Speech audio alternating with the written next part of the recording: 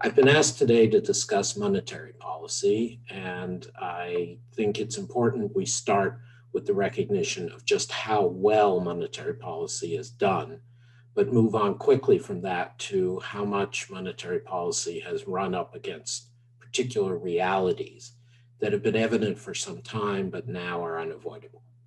And then finally, to think about the global implications of the monetary policies pursued in recent years, including quantitative easing, and how this will play out for the major economies and the currencies in the international system. So, first, if you had told me a good 6 months or a year ago that the central bankers would be more trusted than public health officials around the world, I would have said you were crazy, frankly. And yet, that is where we find ourselves. The central banks were able to cooperate internationally at the start of the financial effects from the COVID pandemic. In particular, the Federal Reserve played a constructive leading role in utilizing the network of swap lines, but all the major central banks, including importantly the People's Bank, participated, and they made workarounds and new functions to allow everyone to have access rapidly to dollar liquidity without issue. And the reason this was significant was not just that it worked, but that it was not politicized in domestic contexts. Coming out of the last global financial crisis, the US in particular political system had attacked the swap lines that the Fed had engaged in as one of the worst things that the Fed supposedly did, or rather, the Fed did it, but one of the supposedly worst things, that the Fed did during its response.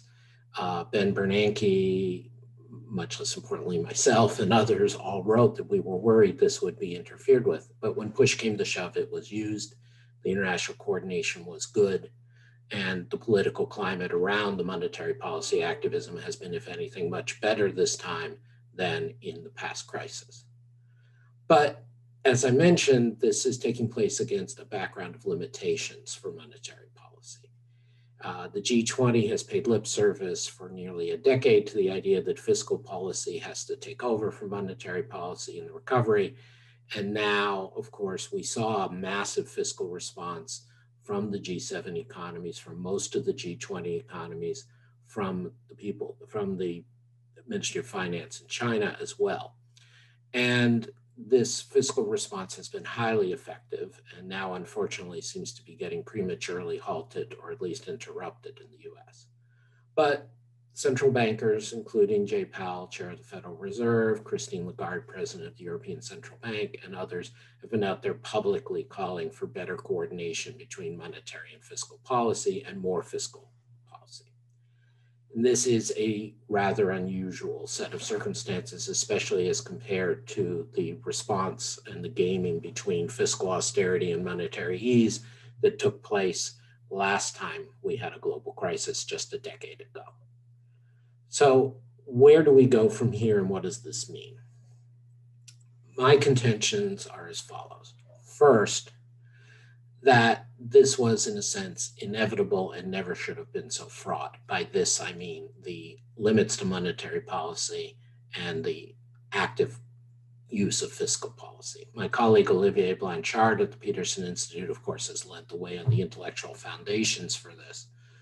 But a number of us have been speaking about this for some time. As I gave in a speech a decade ago in 2011, when I was a policymaker at the Bank of England, I said that there is no reason independent central banks can't cooperate on fiscal policy so long as they do so willingly, visibly, and do not speak about the nature of fiscal policy or the specifics of fiscal policy. That is for elected officials.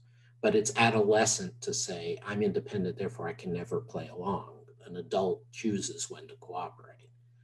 And so I don't think that this is as big an issue as people have made it out to be, nor do I feel necessarily that we need very elaborate contingent contracts or delegation of fiscal authority.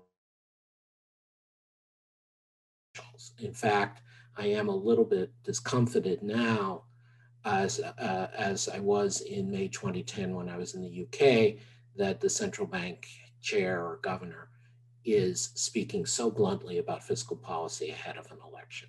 It so happens in this case, I completely agree with the analysis behind Chair Powell's discussions, but it is a bit awkward. And I think it's also not making that much difference. And it would have been just as well for the Fed to just simply indicate that it was ready to act and to quietly speak. Nonetheless, that is a small issue. The important issue is that all the models about central bank independence, about time and consistency of monetary policy, which I have been inveighing against since my doctoral dissertation in 1995 or 94, have again been proven to be largely irrelevant in this period. That we have had what's seen as a fiscal extension, a diminution by some of central bank independence, and this has had no effect on long-term inflation expectations on central bank credibility. And as in so many other things, as I will talk about, the Bank of Japan has led the way in this, both in terms of what it's had to experience and in terms of its dealing with this. Governor Kuroda and the policy board of the Bank of Japan has been soft coordinating with fiscal policy in Japan since the start of 2013. And this has not led to hyperinflation, if anything, the opposite, not quite the opposite, but very little traction or jump in inflation expectations. And if anything, no problems in fiscal markets for Japan or the currency. So that's the first point.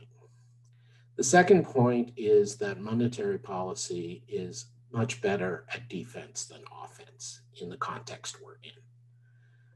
For those of you who are in China and basketball fans, you will understand what I mean. People who watch American football, it's the ability to stop the opponent from scoring on you versus your ability to put up points. In economic terms, it's the ability of monetary policy to prevent financial or offset financial panics and sharp deflationary shocks, but the inability to push forward a recovery when there are real factors and behavioral factors keeping investment and wages down. This asymmetry, of course, goes back to Keynes talking about pushing on a string, that you can lower interest rates, but if there's no animal spirits, no investment demand, expansion and inflation will not result. And we saw this very clearly, again, in Japan throughout the last 8 years, in fact, throughout the last 20 years, and we saw this in the aftermath of the global financial crisis for the US and European and other central banks. And so this should not have surprised us. And this is another argument for why fiscal policy. Another implication of this argument is that what I referred to starting in 2009 as mechanistic monetarism, focusing on the amount on central banks' balance sheets, is completely misleading. Because if you really want to reduce it to Milton Friedman, PQ equals MV, then you're basically, what you're saying is all the action is in V. V drives everything, and V is determined by non-monetary factors. Now, I think there are more sophisticated and more nuanced ways of talking about it, but essentially the basic point holds.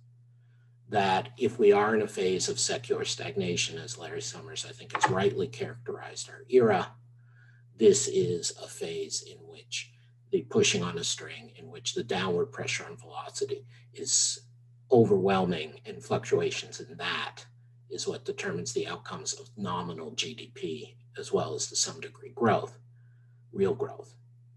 And it's not for monetary policy to affect that. So if we were to have, again, a widening of spreads, a financial panic, a major currency swing in one of the major economies, a deflationary shock rather than just a slow, ongoing downgrind in demand, any of those, monetary policy still has plenty of ammunition and can act. But it is not going to be something that will help us get the recovery from this crisis, which even more than the previous one has a supply side component, has a behavioral component.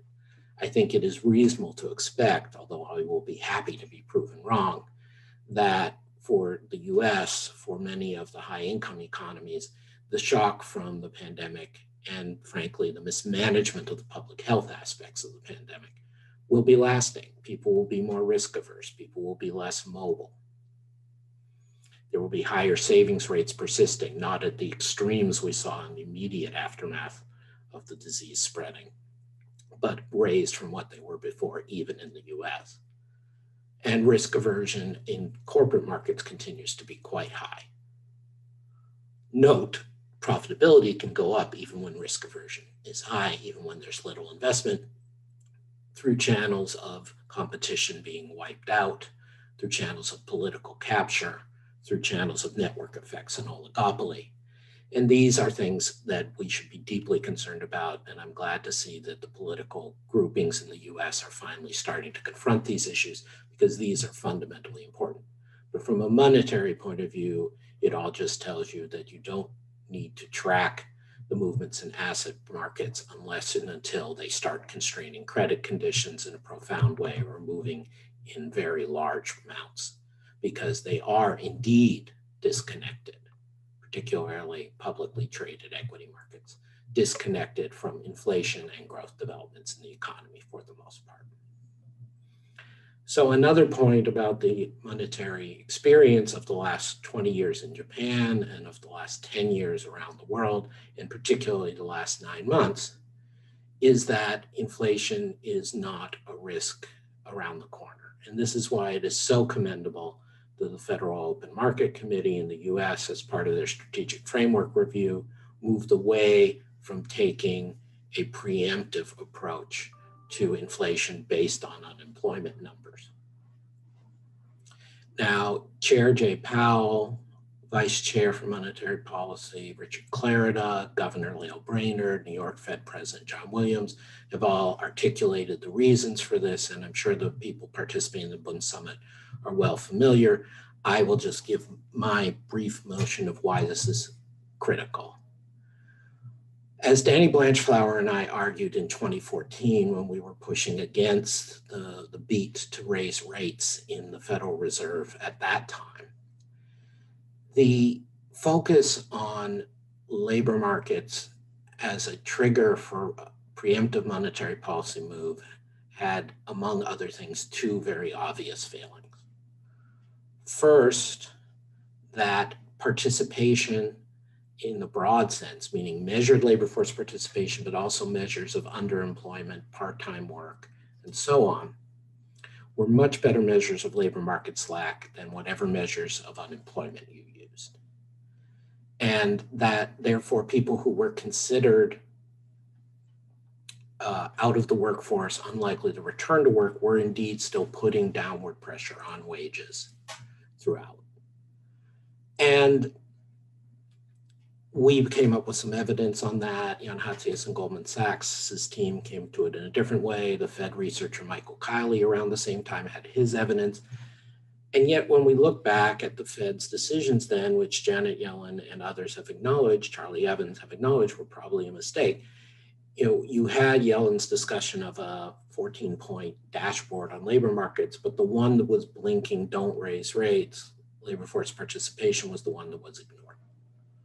And we can see this also again in Japan, where one of the massive accomplishments of Abenomics, perhaps the most important accomplishment of Abenomics, was a major shift in female labor force participation.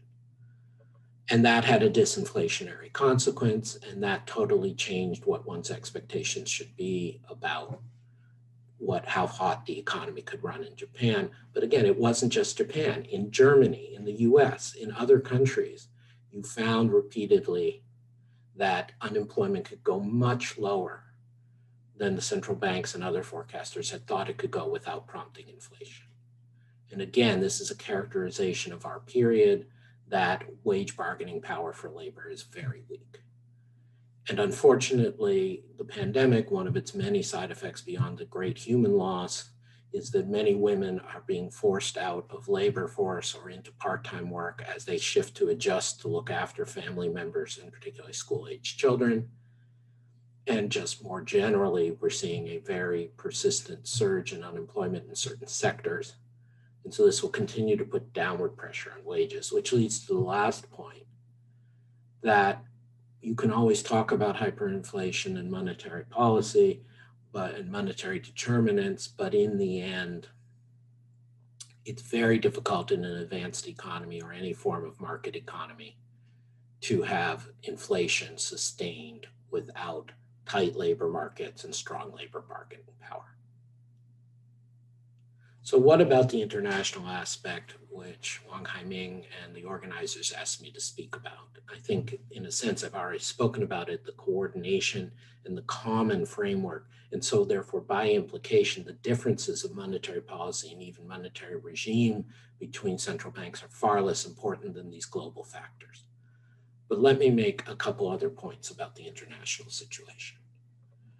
The first is that the dollar's overrepresentation in all measures of international commerce and finance, whether it's share in official reserves as held by SAFE and others, whether it's share in cross-border bank lending and official sector lending, whether it's in invoicing of trade and so on. These are matters that we will see slowly unwind, but not go away. But the reason they will slowly unwind and not go away has nothing or almost nothing to do with the central bank or the monetary policy.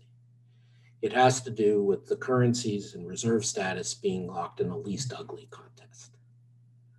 And so what would happen in 2008 to 10 and what has happened in previous crises, generally you have to go back to the 1979 for an exception, is that as bad as the US messed up, as bad as things went in the US, things would generally go worse in the other major currency zones, in Europe, in China, in Japan, in emerging markets.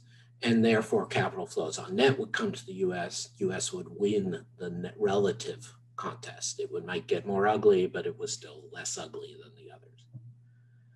The political divisions in the US, the dysfunctionality of our fiscal process, the worries for the first time in my lifetime about genuine problems with rule of law and corruption in the federal government, thanks to the Trump administration, the conflicts and abdication from peaceful international economic relations, all of these things are important and real. And even if, God willing, Trump is to lose in 3 weeks, that they will not immediately be restored. And so, and all countries in the world will understandably be less trusting for the US in economic sphere. As I've argued many times, including before CF40, there are a number of ways in which this is far from optimal. It is very harmful to see globalization corrode, and the post-American world economy is not one that's good for developing countries or most people. But the bottom line is that we should expect a down step over time in the next couple of years of the US financial role. And in particular, this will be accelerated if the US government engages in unilateral financial sanctions and overuse of its powers of control over the world's financial system, which are exaggerated but real in terms of access to payments. Now, what is the beneficiary, as it were, or what is the alternative currency? In my view, it is not likely to be the yuan and the renminbi, despite the innovations by Governor Yi and the others at the People's Bank in, for example, digital central bank currency. Ultimately, you need to believe in the property rights ability to get your money in and out of a denominated currency. And while China in many ways is beating the US on less ugliness, particularly in its public health management of late and its generosity to international institutions, there is not an obvious ability of non-Chinese citizens to get their money in and out in an easy way, in a trustworthy way. So it is the euro, frankly, and a number of small currencies that will continue to be vastly overvalued. And sadly, alternative currencies and real in coming years. The final, I say sadly for that last class, because that is a class without any real returns. but that's where the money will go.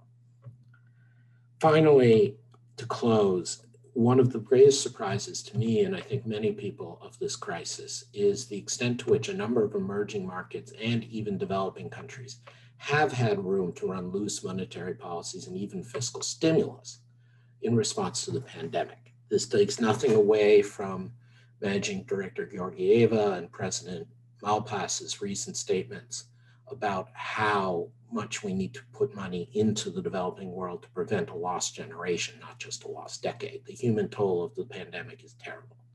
But speaking from a financial and monetary perspective, after the enormous rapid capital outflows seen at the start of the pandemic, the return of capital to these markets, and importantly for places like Brazil and India and others to be able to run relatively loose monetary policy, relatively activist fiscal policy in the face of this situation is, I think, unprecedented. And this is actually, in many ways, one of the few hopeful results of this crisis, that perhaps at least on some basis, the emerging markets in the developing world are getting now to do some of the things that the developed world or the rich countries have been able to do on macro policy to the benefit of their people, which brings us full circle to where we started. Central bank activism, central bank use of quantitative easing and other asset purchases, central bank commitment to focusing on crisis fighting and financial disruptions as opposed to worrying about low probability inflation risks, and central bank cooperation across borders to make sure that liquidity is provided in dollars or what is needed. All of these have worked. They cannot overcome political divisions in our societies. They cannot even give us the recovery we need. It is, if anything, an irony of the first order that just as the US and some other advanced economies are messing up their own public health and their own future prospects, as well as their trading relationships, that the emerging markets on average are able to now emulate their better policies. But nonetheless, that is where we are. Again, thank you for including me in this year's Bund Summit. I look forward to hearing about the discussion.